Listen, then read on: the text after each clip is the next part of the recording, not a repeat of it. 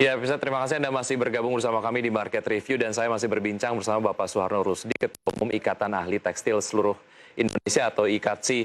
Pak Suharno, terkait dengan tadi mengenai beberapa rekomendasi-rekomendasi lah, kalau dari Bappenas menyampaikan mereka kemudian menolak pengenaan safeguard dan kajian Bappenas sendiri menghitung dampak inflasi bagi konsumen jika dikenakan BMTP ataupun bea masuk tindak pengamanan.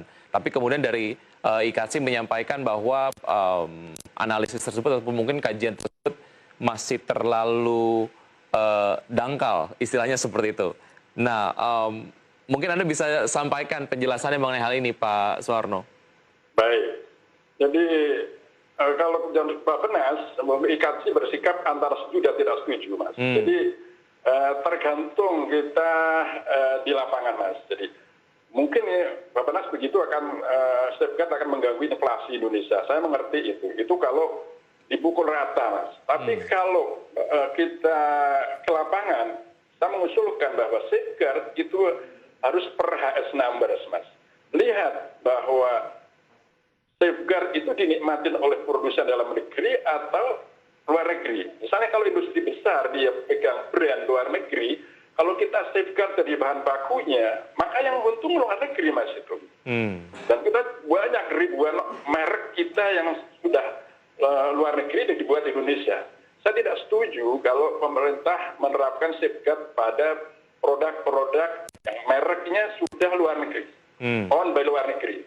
Saya setuju IKATSI safeguard diterapkan pada industri bahan baku yang digunakan oleh IKM-UKM. Itu baru saya kira make sense, Mas. Baik. Jadi Bappenas tidak bisa mengatakan tidak bisa itu safeguard, tidak bisa begitu. Atau safeguard semuanya tidak begitu. Mesti harus kita lebih detail di lapangan, Mas. Saya setuju per HS numbers-nya. Ini produk itu dinikmati oleh siapa? Oleh dinikmat untuk bahan baku brand luar negeri, memang saya tidak setuju. Karena itu yang menikmati luar negeri juga kan nantinya. Ya kan marginnya ke sana, royaltinya ke sana. Tapi kalau untuk teman-teman IKM-UKM itu yang butuh ditolong, mau dari bahan baku maupun dari mungkin kredit banknya dan sebagainya, Mas. Kita memang harus ada komitmen membantu IKM, Mas. Baik, artinya kebijakan safeguard ini tidak bisa diterapkan secara merta begitu ya. Harus ada kebijakan-kebijakan yang customized lah melihat indikator-indikator yang Anda sempat sampaikan. Baik, Pak Suharno, bicara mengenai upaya-upaya untuk mempermudah lah ya akses misalnya produk-produk asing untuk masuk ke Indonesia, ini juga kemudian terkait dengan kebijakan ataupun kesepakatan perdagangan lah yang dilakukan secara bilateral antara Indonesia dengan negara-negara seperti misalnya Korea Selatan, kemudian juga ada dengan China juga, dengan Australia dan lain sebagainya. Sebetulnya melihat kesepakatan dagang ini, apa yang menjadi concern teman-teman di IKATSI, Pak Suharno? Ya, IKATSI bukan tidak setuju dengan kriminal bilateral ya. Kita setuju saja selama pemerintah melihat kondisi industri di lapangan. Misalnya kita dengan China mau free trade tekstil gitu. Itu saya kira tidak fair karena kekuatan industri kita tidak seimbang dengan mereka. Kalau kita mungkin dengan Vietnam katakanlah, dengan Kamboja, oke lah ya. Jadi kita lihat kekuatan SWOT kita di dalam negeri, baru kita melakukan perjanjian bilateral. Ya. Kalau kita lihat saja, bunga bank Cina dengan China sudah jauh beda, Mas. Kalau kita mau free trade, hancurlah industri kita. Lagi kekuatan bahan bakunya, regulasi yang lain, lingkungan dan sebagainya. Jadi mesti pemerintah melihat detail ke bawah. Ini yang saya lihat pemerintah selalu mengejar datangan MOU bilateral sebagainya, tapi kesiapan di dapur kita tidak dibenahi. Itu yang saya kira maka pemerintah harus selalu diskusi dengan asosiasi, dengan pelaku-pelaku pasar, supaya betul-betul kita MOU-nya bisa jalan, win-win, solution dan sebagainya. Itu saya kira, Mas. Baik, dari yang sudah ditandatangani lah, ataupun yang sudah diratifikasi lah, Pak Suharno, sebetulnya teman-teman industri sebelum akhirnya secara G2G pemerintah melakukan kerjasama perdagangan secara bilateral, sejauh mana teman-teman industri dilibatkan lah secara intens agar poin-poin yang kemudian diratifikasi ini betul-betul mengakomodir kepentingan banyak pihak. Ya, saya kira itu tadi, Mas. Pak Jokowi periode kedua ini sudah mulai terbuka, dan kita sangat terima kasih banyak. Kita sering diundang diskusi dengan pemerintah, dan sebulan lalu juga dengan Menko Equin. Saya kira sangat positif.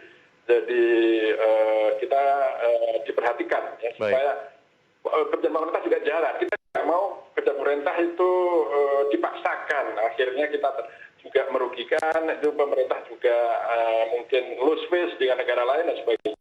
Jadi saya kira sudah ada mulai perubahan, Mas. Mulai kabinet ini warnanya baru, Mas. Saya sangat positif dan optimis mungkin ada perbaikan ke depan, Mas. Oke, Pak Suharno, kalau posisinya kita balik, kalau kita kemudian untuk eksportir tekstil dari Indonesia ke negara-negara lain lah, yang kebetulan negara-negara tujuan market tersebut melakukan kebijakan safeguard. Nah, apa sikap dari teman-teman eksportir tekstil Indonesia terkait dengan hal tersebut? Sejauh ini sih kita hampir tidak ada, Mas, dengan persaingan safeguard di luar, ya. Katakanlah misal dengan United States, Mas, kita akan beli banyak bahan baku kapas dari mereka. Mereka ada imbal balik, jadi itu saya kira tidak masalah, ya. Sementara ini yang sering mengganggu pasar kita adalah dari China dan negara-negara tetangga kita yang mungkin baru berkembang. Itu yang harus kita perhatikan, khususnya China. Ini mereka produksinya sangat masif dan di sana memang infrastrukturnya, supply chain-nya sangat maju. Ini kita harus diberi waktu untuk memperbaiki diri, Mas. Baik, oke. Yang kita bisa lakukan adalah bagaimana sebetulnya dapat mengeluarkan kebijakan yang customized begitu ya. Karena sebetulnya secara treatment juga kalau kemudian kita memberikan safeguard secara merata, ada yang sebetulnya sudah mampu tanpa safeguard, dan itu kalau dikenakan safeguard jadinya manja dalam tanda kutip seperti yang Anda sampaikan begitu. Baik, Pak Suharno, terima kasih sudah bergabung bersama kami di Market Review. Sukses selalu untuk Anda, sampai jumpa.